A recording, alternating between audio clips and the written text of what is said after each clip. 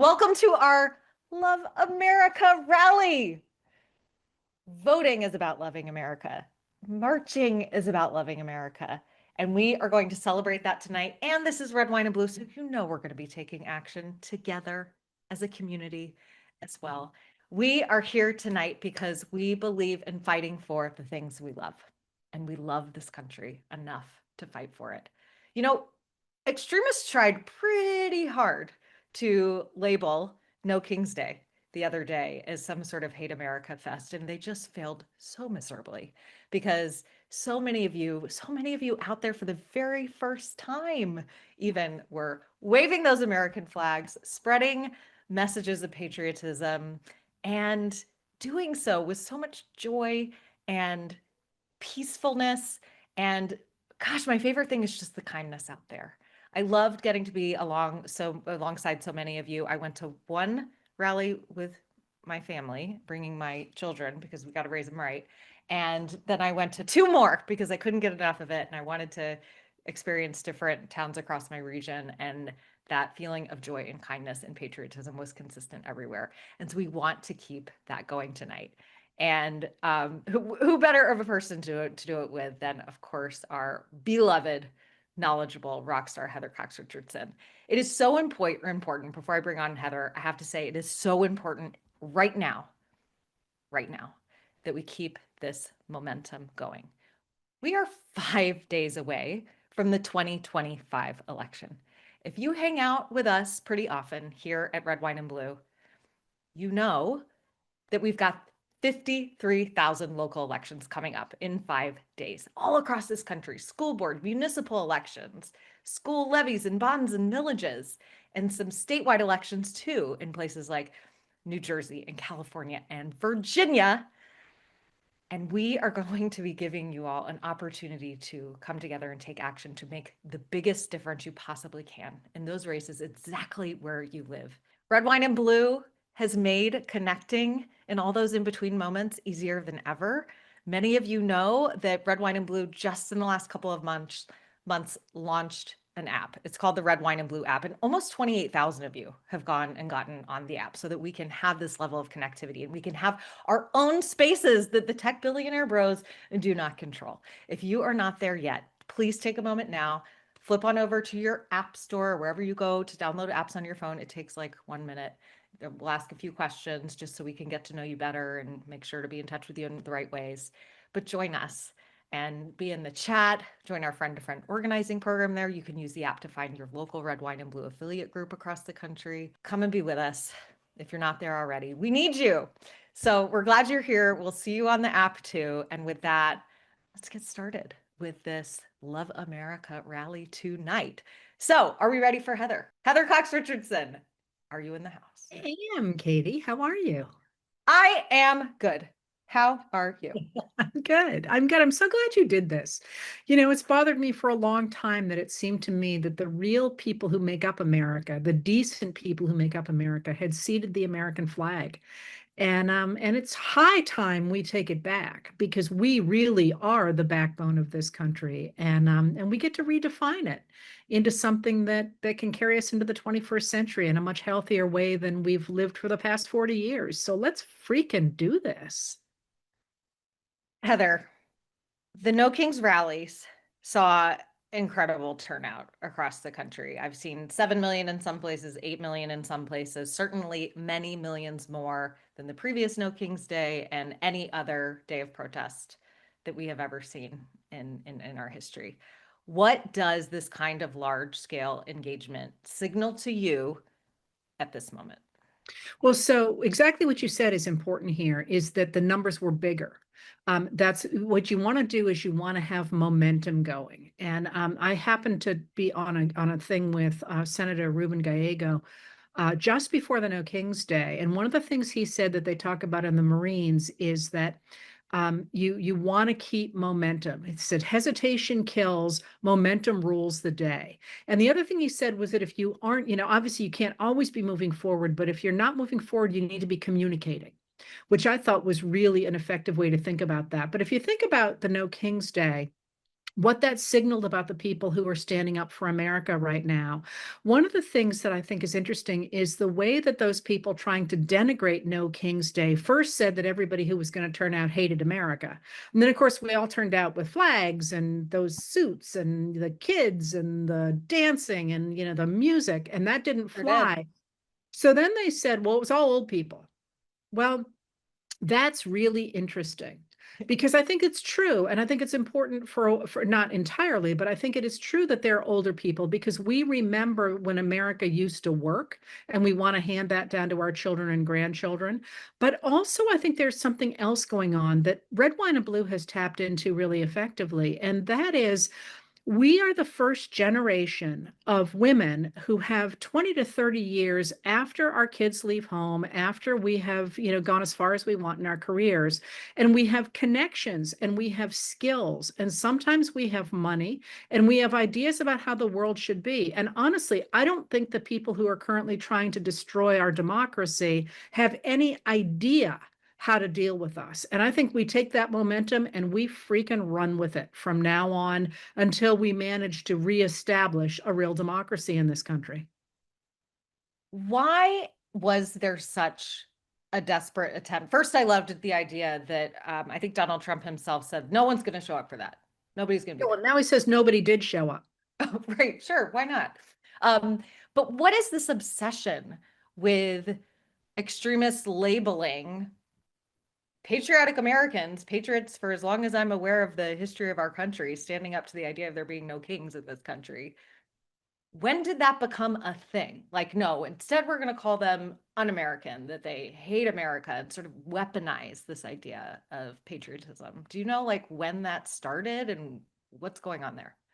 Well, there's a lot of things going on, but there is the issue that the Republican Party has had really since the 1960s and the Vietnam War, in which those people who supported what President Richard M. Nixon was doing in Vietnam and Cambodia as being really truly America's greatest interests. And they took those people who were objecting to that. And those are not only the anti-war people, but also those different people who were involved in civil rights movements that often overlapped with anti-war protests, and started to say that all of those people were anti-American. And you can see that line continuing, that if you believed in America using its military power to expand a certain kind of power overseas, if you objected to that, you were anti-American. And you saw that it attempted to be turned into a real weapon under the George W. Bush administration, when quite deliberately they used the idea of supporting George W. Bush's war on terror in Iraq and Afghanistan as being, you must be for this or you are anti-American. And that really messed a lot of people up, because it was, in fact, really the part of patriotism to say, hey, there aren't weapons of mass destruction here and things like that. And so I think that there has been this conflation of this strong overseas military with patriotism.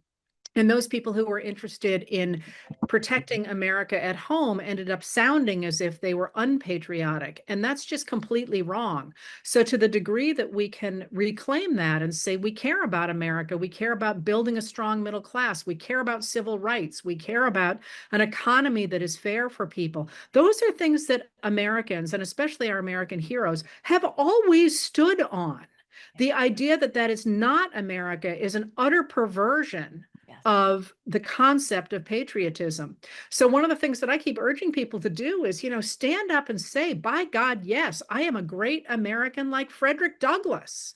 I am a great American like Abraham Lincoln. I am a great American like Fannie Lou Hamer or Francis Perkins, because those are the people that we remember as being heroes, as opposed to saying, I'm a great American like the neo-Nazis. That's not a thing. No, definitely not a thing. I want to name something though that I see happening sometimes, that there are people who feel that extremists have been so successful in terms of claiming patriotism as their own, using it as something instead of to unify us as Americans, to divide us against one another, that that's been done in such a way that their reaction out of, I think, very good intent of not wanting to associate with the people who are doing that, not wanting to associate with extremism, with attacks on any marginalized group of people. And so the reaction is sometimes say, I don't want to take back the flag. You know, I don't want to fly the flag. I'm worried that will indicate to people that I have values that are different than they actually are. I just want to name that because, you know, I do hear that from well-meaning people oftentimes. And I'm just wondering what your advice or, you know, guidance might be for people who feel that way, and why you feel, and I agree, that it is actually so important to not cede the American flag. Well, first of all, we get to define things however we want them. But second of all, there is an issue when and I think this comes largely out of the 1960s there, and perhaps to some degree out of the 1950s. There is this sense that if you are rah rah America, you are defending the idea of the attacks that this country has made in our history on marginalized peoples, on other countries, and so on. And that it is possible both to believe in American democracy and believe it has not lived up to its potential and has done a lot of harm over time. But where I come down on that one is that if you are willing to throw out American democracy because of the horrible missteps we have made, what are you going to replace it with? Because from where I sit, I have never seen another system of government that offered the opportunity of so many people to control their own destinies as democracy does, or as American democracy has at its best. I mean, right now, we've slid away from democracy now. But if you don't believe that that's worth fighting for, what do you do with Ukraine? What do you do with Hungary? What do you do with all these countries where people are fighting desperately to reclaim the right to have a say in their lives and in their futures? And certainly, what do you do with the countries like Hungary under Orban, like Russia, like what's happening horrifically now in a number of countries where dictators are crushing the people, and literally where death squads are going into hospitals and killing people? You can't look at American democracy and say, I would rather have that system. At least I can't. So I think it's fine to say, hey, I believe in American democracy. I also believe it's been perverted and that we have to do a better job of it, but I'm not willing to throw the baby out with the bathwater. And, you know, I hear this every single time that I write something that is, you know, sort of rah-rah-ish about our past, because, you know, yes, by definition, a democracy is never perfect because it is always under construction and people get hurt. There is no doubt about it. I mean, look at where women are right now in the 21st century in our society. And yet I am not willing to give up on democracy because we have made mistakes, because I can't see a better system. Every other system that I can see devolves into an authoritarian system in which people get crushed unless they belong to the very small group at the very top that controls everything. And until you show me a better system than democracy, I'm all in on this one. I so appreciate what you say about how loving our democracy and our country doesn't mean that you endorse every decision or the impacts of those decisions that have ever been made. It reminds me much of the controversies we've seen in the last few years around book bans and what lessons can be taught in school. And Americans seem to really understand, and the vast majority, in the 80% and upwards of that, of Americans say they want our kids to be taught the fullness of American history. In fact, they say, quote, the good, the bad, and the ugly. And I think that's because we as Americans understand that we are a project that we are continually improving upon. And how can we ever form that more perfect union if we are not learning from the mistakes of our past? And yeah. We know humans are flawed by definition. Therefore, any government that we construct will be flawed along with us. But that doesn't mean we should get rid of it because of those flaws. And, you know, one of the things about the idea of a government based in the rule of law is that it's designed to provide channels for people's better impulses and ways to sort of have off routes for the worse impulses. And the fact that we are losing those guardrails, I think you can see by what's happening in our government, where instead of working on protecting virtues, we are protecting vices. And you look at the government right now, we're not doing very well. Okay, I want to talk about another aspect of this that I have seen you address quite a bit in your daily letters. And and this is another reason why I think it's so important not to cede patriotism and the flag.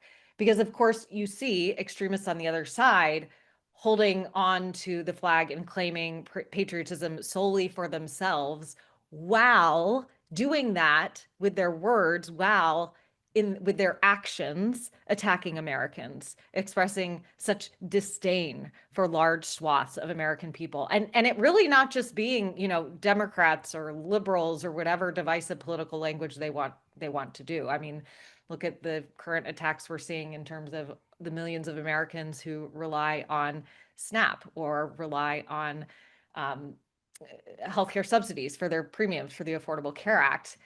But I could list like some of these policies, but Heather, you have really poignantly for me pointed out recently just multiple examples of this administration showing true disdain for America and for Americans. And I think it's important as part of this to speak up about that as well. Can you just point to what you see as sort of some of the most important examples of that right now? Well, yeah, it's important to remember that, and this is authoritarianism 101. Authoritarians divide a population in half. They create friends and enemies. And this is, there is a political theory that came out of Germany about this by a guy who goes named Carl Schmitt, who goes on to become a Nazi. And he basically says, so long as you can divide your people between friends and enemies, you can get those friends next to you and they will do anything against those enemies. But it's not just Schmidt who talks about that. Hannah Arendt talks about it in her work. Eric Hoffer talks about it as well. But you don't even need any of them. You can simply look at what the Republican Party began to do under Richard Nixon when Pat Buchanan, who was a speechwriter under Nixon, said what we really have to do is create what he called positive polarization. That is, we have to divide the country in two because and it was positive in their minds, because if you convinced the Republican voters and the independents that the Democrats were the enemies, you would get them to turn out and vote. And that idea of dividing the country in half between friends and enemies, you can see that through the way President Donald Trump acts when anybody who turns against him, by definition, becomes a Democrat. Even somebody like James Comey, who was a Republican, or Robert Mueller, who was a Republican, or some of his own appointees, John Bolton, who is very much on the right wing. But the minute you turn against Trump, he calls you a Democrat, because he's trying to say there's the people who support me and there's everyone else. But what I see going on right now, and I think No King's Day has done it, but I think you see it in a number of other places, is that the American people are starting to wake up and put together a coalition that that resonates with the idea of we the people, as opposed to us versus them, good guys versus bad guys, friends versus enemies. All of us against a small cabal that is trying to destroy our democracy. And in that organization, what letter it comes after your name politically, whether it's a D, an I, an R, or a Martian party, it doesn't matter, because what we're really doing is reinforcing American democracy. We, the people. And when we, the people, do that, not only can we take on somebody trying to impose an oligarchy or an authoritarian system on us, as we did in the 1850s and the 1890s and the 1920s, what we do is we redefine the nation. We come up with new ideas and new things what we care about. And one of the things that just fascinates me is when this happens, a lot of the people that we are now marching in solidarity with are people that 20 years ago, if you had told me that I would be friendly with, I would have been like, I'm sorry, I missed the news flash about hell freezing over. And Right. yet, on the other side of this, when all of our issues change, you don't know who's going to be on your side and who's going to be on a different side. And it's kind of fun to be like, okay, who knows where we're going to be? Where we are right now is that we must get rid of those people trying to destroy our democracy. And once we've done that, then we'll sort ourselves out again. And when you do that, as I say, in the 1860s, in the 1890s, and the 1930s, what we ended up with was a dramatically expanded democracy and a whole new era. And it certainly feels like that's the direction we're headed. I love so many of the comments in the chat, like there's no us in them, there's just USA. I mean, to me, that actually gets at this isn't just about the red, white, and blue and waving, this piece of fabric that carries so much symbolism. It's about something so much deeper, pushing back and against this very strategic attempt to divide us against one another. And I think refusing that very strategic attempt includes recognizing that it's happening and includes recognizing that we can undermine it by refusing to concede the things that they use to drive wedges, like patriotism, like faith. And if we there's just tremendous power to create this ever widening, ever emboldened coalition that ends up having some pretty surprising and fun to see, allies coming together. So to me, there's just something very profound there, you all. Okay, this is a Love America rally. We told it, you all, wear your patriotic t-shirts, come and wave those flags. And I know all of you are out there, but this means something so much bigger in terms of our ability to connect with other Americans and push back against these efforts to divide us. So speaking of things that we do together as Americans that unite us and allow us to exert that we the people power, Heather, let's touch on the fact that voting is happening in just 5 days. We are 5 days from the 2025 election. There have been elections happening throughout the year here and there on most Tuesdays in America. There's an election somewhere. But this coming Tuesday on November 4th, there are 53,000 open seats on the ballot all across the country. My community, probably yours, probably most of the people's on this call. Voting, in my mind, is the most freaking American thing any of us can do. What do you see as the significance of these 2025 elections in defending America? So the showing up, first of all, like you say, is crucial. And showing up to give a message to those people in power is also crucial. And, people sometimes make the mistake of thinking that some elections don't matter because it's not going to change who your representative is, or it's not going to change who the president is, or whatever. But what an election does is it signals to those people in power where the people are, where voters are. And right now, we're in this sort of knife edge in which there are a number of Republican lawmakers who are still apparently firmly in Donald Trump's camp, but who are interested in being reelected. And you can start to see there are some of them who are wavering. There was just a vote in the Senate yesterday, I think it was, on whether to continue tariffs on Brazil, and more Republican senators than ever broke off from that. Now, that was sort of a symbolic vote because the House won't take it up for other reasons, but you can start to see not just those people being concerned about what comes next, but also you can see younger people, and by younger, I don't necessarily mean age, I mean newer to the system, reading the tea leaves and saying, if I want to be elected, I'm going to need to move this direction, not more to the right, in order to get elected. And if you need a symbol of that, take a look at Marjorie Taylor Greene in Georgia. If you had ever thought you were going to pick somebody who was going to be embracing sort of more centrist views, would you have picked her? No, but what she's very good at is reading the room. And so now she is moderating what she's doing. So in these elections, which many of which will be decided by turnout, but people are watching very closely to see who's got the momentum.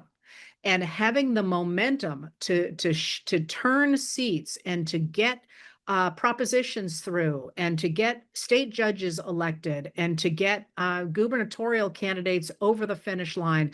People are going to be watching that, and it's going to set us up both for 2026, but also for how people act between next Tuesday and 2026. Because right now, if you're following the news, you know things are moving fast and they're moving hard.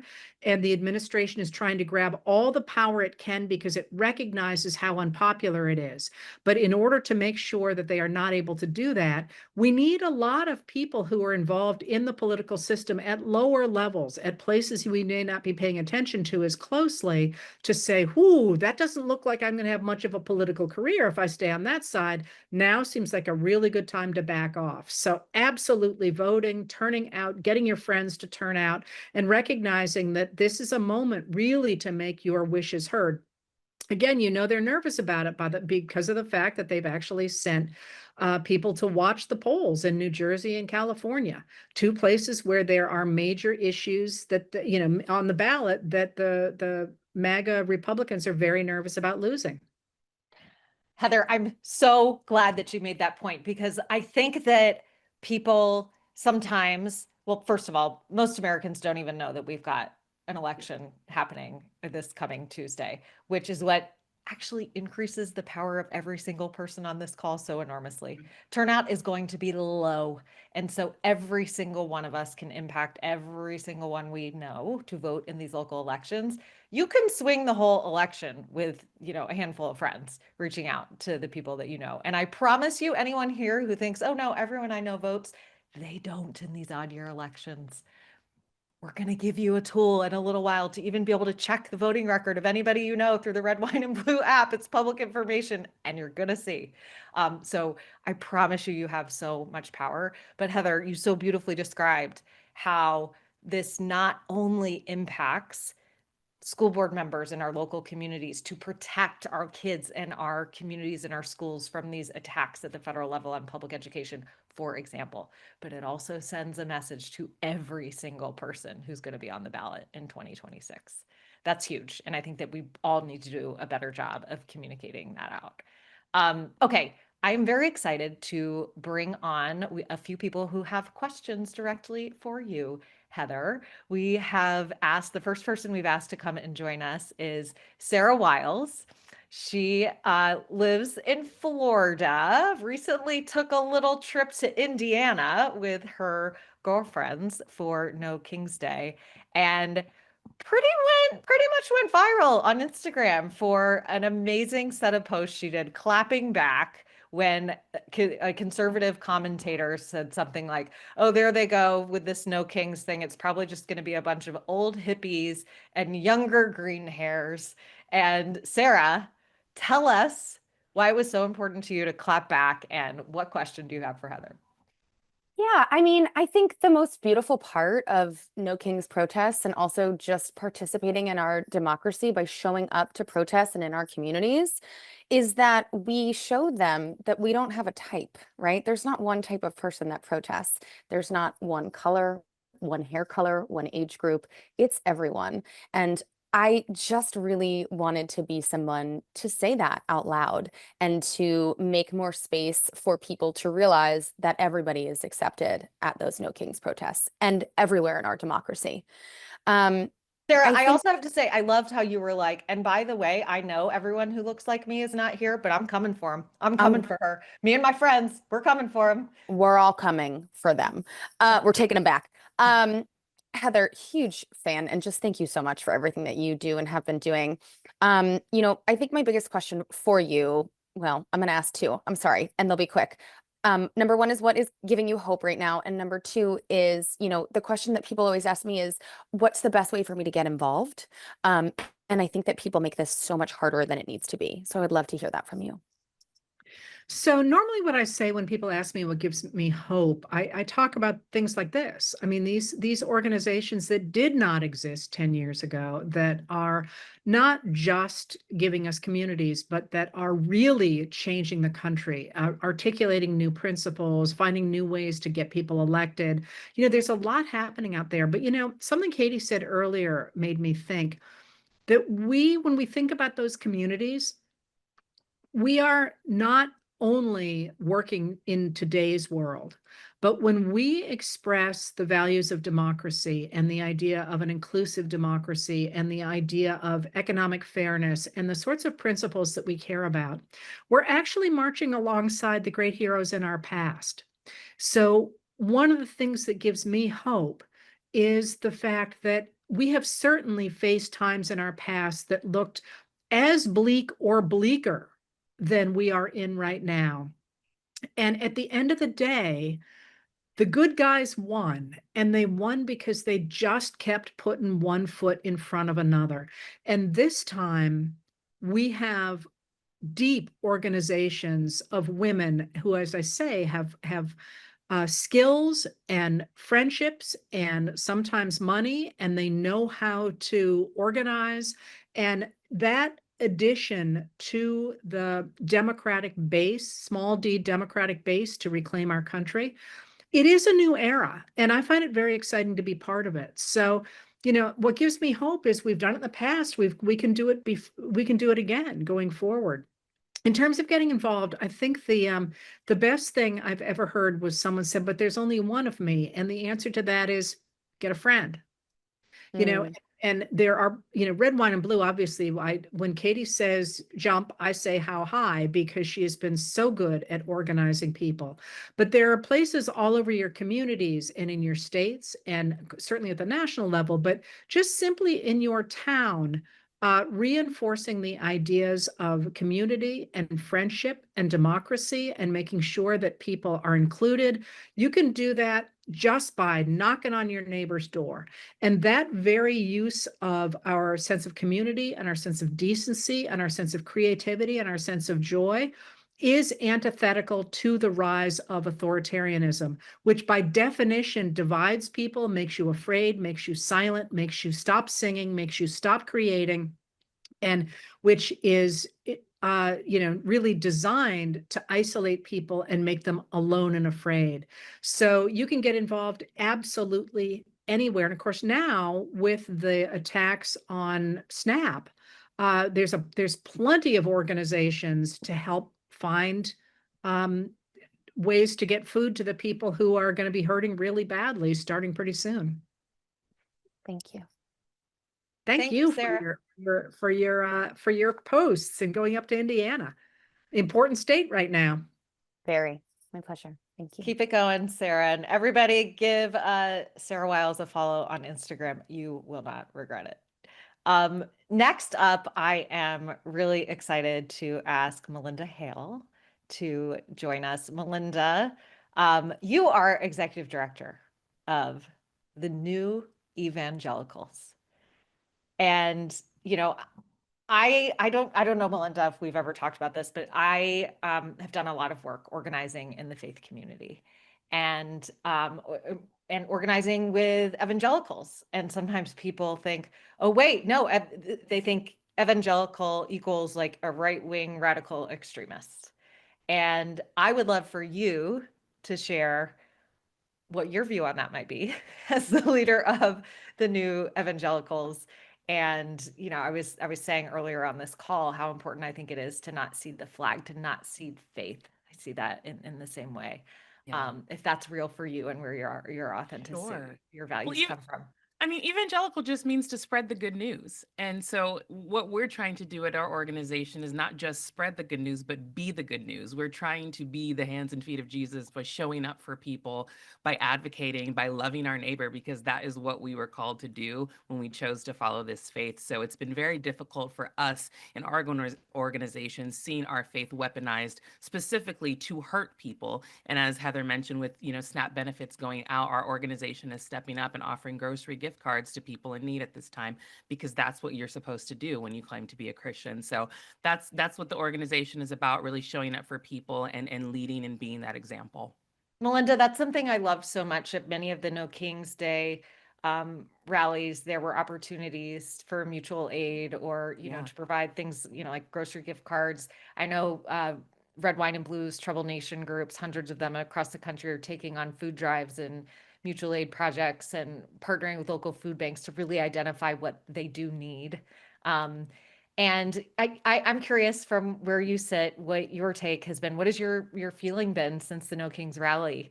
And what have you been telling people about Yeah. engaging right now? Yeah. And I know you have a question for Heather too. I do, yeah. I mean, it's been a mix for sure. I mean, there's no way to not feel hopeful when you see that many people mobilize for the same cause and knowing what the power of the people can be. But it's also heartbreaking knowing that we are in this position and that the powers that be are trying to convince us that change isn't possible. And in the weeks since the rally, I've really been having conversations with people that maybe if you didn't show up for a rally, that's not necessarily the only way that you can stay engaged. Choosing to continue to have conversations, to be in community with other people, and not allowing silence to be what drives you. I know a lot of people are choosing neutrality in moments like this, and maybe it's for a mental health stance, but we have to keep speaking up and we have to keep being together and speaking out. So I tell people, pace yourselves, because there is a lot being thrown at us at once, but don't disengage. You have to stay active and you have to stay in the moment, because it's very important for all of us to show up. Oh my gosh, Melinda, Red, Wine, and Blue just launched a new podcast. Heather's been a guest. It's called How to Not Lose Your Shit. And you are going to need to be a guest on this, I girl, would love because, it. it is hard right now to make a difference Yes. and not lose your shit. And all right, that's happening. Okay. Heather can vouch for it. She's already been a guest. I Okay. love it. All right. Melinda, what is your question for Heather? Sure. So, Heather, obviously, we've been hearing a lot of rhetoric from extremists that are saying people pushing for change somehow hate America. And I always think of this James Baldwin quote that says, "I love America more than any other country in the world. And exactly for that reason, I insist on the right to criticize her perpetually." And for me, as someone, a person of faith, that it calls me to care for others and to stand up. And activism to me is synonymous with love. So, how can we help more people understand that working to protect rights of others and expand equality is a moral commitment to America and not a rejection of it? So first of all, thanks for everything you're doing. And the voice of evangelicals like yourself is so important in this moment. And it's something that's I've been watching really with interest, because as you say, there is this sense that if you are an evangelical Christian, you are a radical Republican, which is deeply problematic in any number of ways, not least of all theological. But the idea that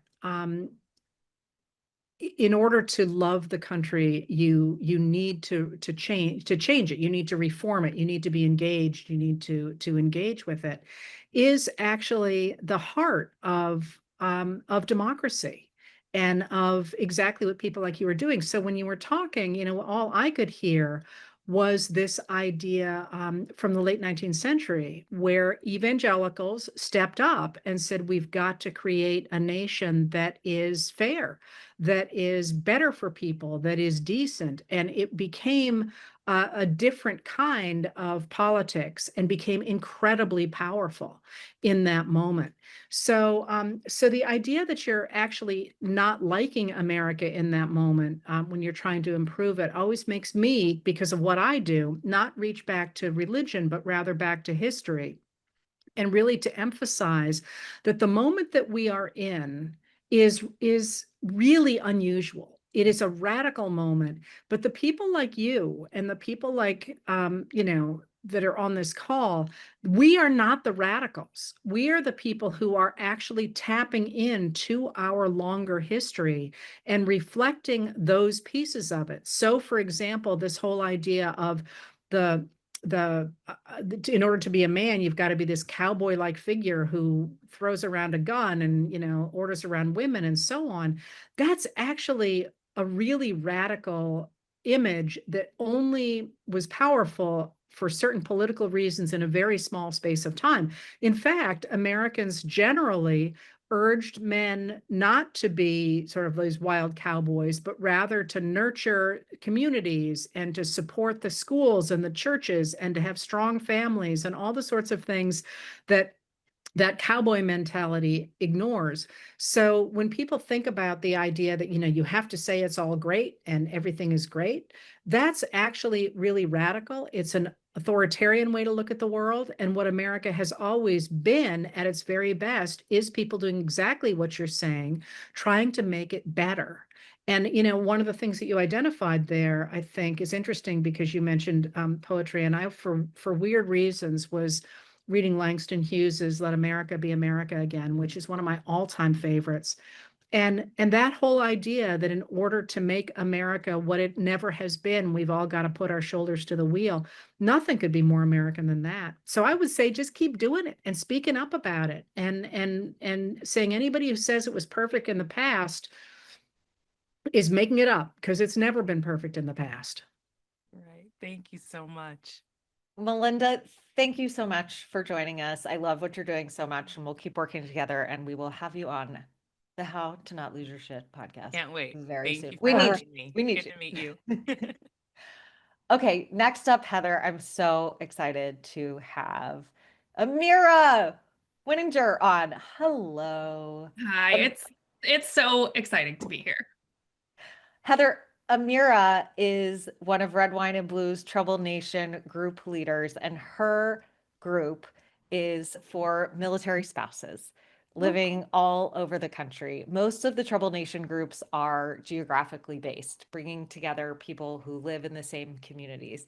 But in Amira's case, we have spouses who are moving all over the country pretty regularly from base to base. And so her group is called Operation Unite. I'm hoping that, oh, Julie just dropped a link to Amira's Trouble Nation group, Operation Unite, Mill Spouses across the US. There's a link there. If you're a military spouse or interested in supporting them and getting involved, please click that link, everybody. Meet Join Amira us. and her Please join crew.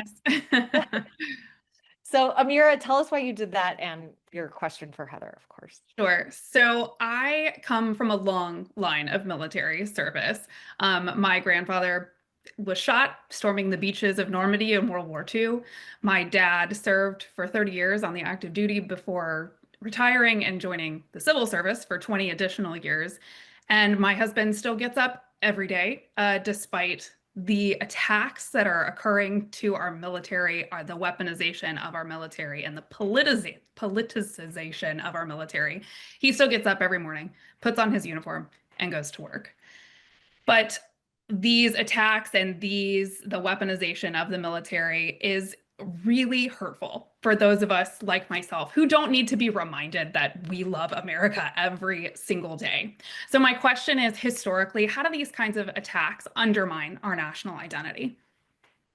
The kinds of attacks on the military? Yes, this like weaponization of military, trying to make it one-sided that the military is his military and not all of our military. I think this is a really important question, and it's really worth unpacking. And, one of the things that I talk a lot about whenever I do a live event is the fact that many people, and again, to me, it seems like people put together the military with bad things that has happened with the military and with immigration and customs enforcement and with border patrol and so on.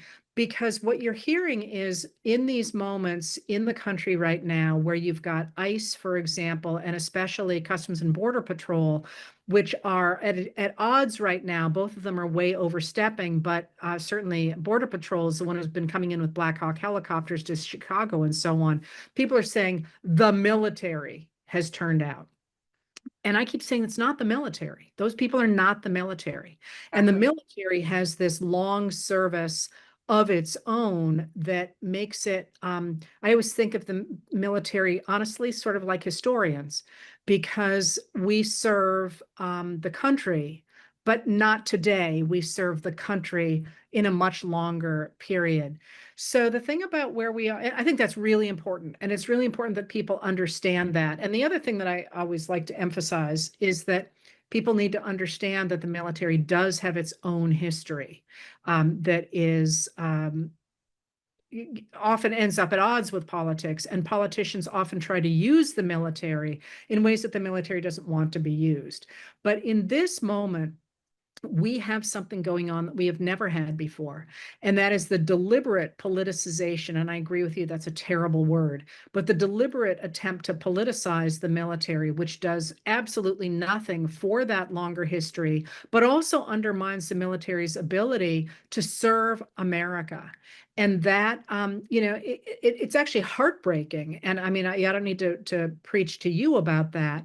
But one of the things that, weirdly, the whole reason we got the Electoral College was because of the fact that the framers were concerned about the possibility of the Order of the Cincinnatus, which was associated with, of course, George Washington, but also with the military officers during the Revolutionary War, that they might be able to mobilize in a political fashion. And so they created the framers created the Electoral College that has, it doesn't meet in the same place politics do. Is you can't have a job, you can't have any jobs in the service. There's all sorts of ways they tried to make sure the military could not be involved in politics. So, I can't tell you what has ever happened really in the past, because there's been such a huge effort not to politicize the military ever. And here we are where that's happening. And one of the ways that I think people like me can push back on that is to emphasize that ICE and CBP are not the military, and that the military does not want to be part of this. They've been pretty clear about that with the rate, for example, of reenlistments of the Federalized National Guard in Los Angeles is way lower than the usual reenlistments are. And just try and support people like you and people like your husband to say, we appreciate what you're doing. And we're really sorry that you're stuck in this horrible place, because it's going to be really important to have the military on the side of democracy going forward, especially in the next several months, as they're making such a play to politicize that military and get it into Democratic dominated cities before polling takes place. So more power to you. I wish I had a better answer. Thank you. No, that was a great answer. And since we do have so many on this call, I'm just going to take a moment to reiterate what Heather just said, that the military does not want to be involved in this. Maybe there are a few, but for the very vast majority, they do not. So just thank your service members, thank your veterans in your area, and remind them that we are on their side too. Just like the flag, the military is all of ours. Yeah. Thank you. Thank you for your whole family service, Amira. Thank you for Thank all you. you're doing to serve other military spouses as well. We are so behind you. Thank you. Well, I'm going to drop the link in the chat again, but if there are military spouses out there, please join us. Amen to that. Thank you. Heather, wasn't that an incredible lineup of people with their Yes, questions? but what I really want to know is, how did you manage to find such cool people who all have such cool names? Don't they? Yeah, they really do.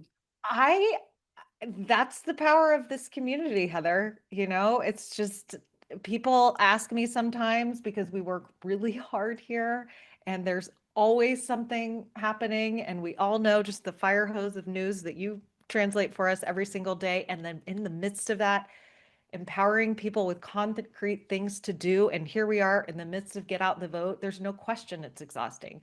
But the answer to how I know I get through this is because women like Amira and Melinda and Sarah are my fuel. It's literally just feels like a hope infusion every single day. And their stories, I hope everyone on this call experiencing their stories and your beautiful answers to their questions gave them that too. In fact, I know it did, because they told us in the chat. We have this real-time feedback. Some people have asked a few questions I want to get to. First of all, yes, this is being recorded. You will be able to find a recording of this on Red Wine and Blue's YouTube channel. And also, if anyone RSVP'd and they missed this, you can tell your friends. We'll email them that link to make sure that they have it in their inbox. And then the other question I just wanted to ask, Heather, and I'm sure this comes up a lot to you, but we are going to be focusing on how we can impact these elections in 5 days. We're getting very close to the moment when we are all going to unleash everyone here. There've been around at least 10,000 people who have joined us in this conversation. That is so many votes we can influence tonight, people, and so much organizing we can do on the ground. I'm so excited about that.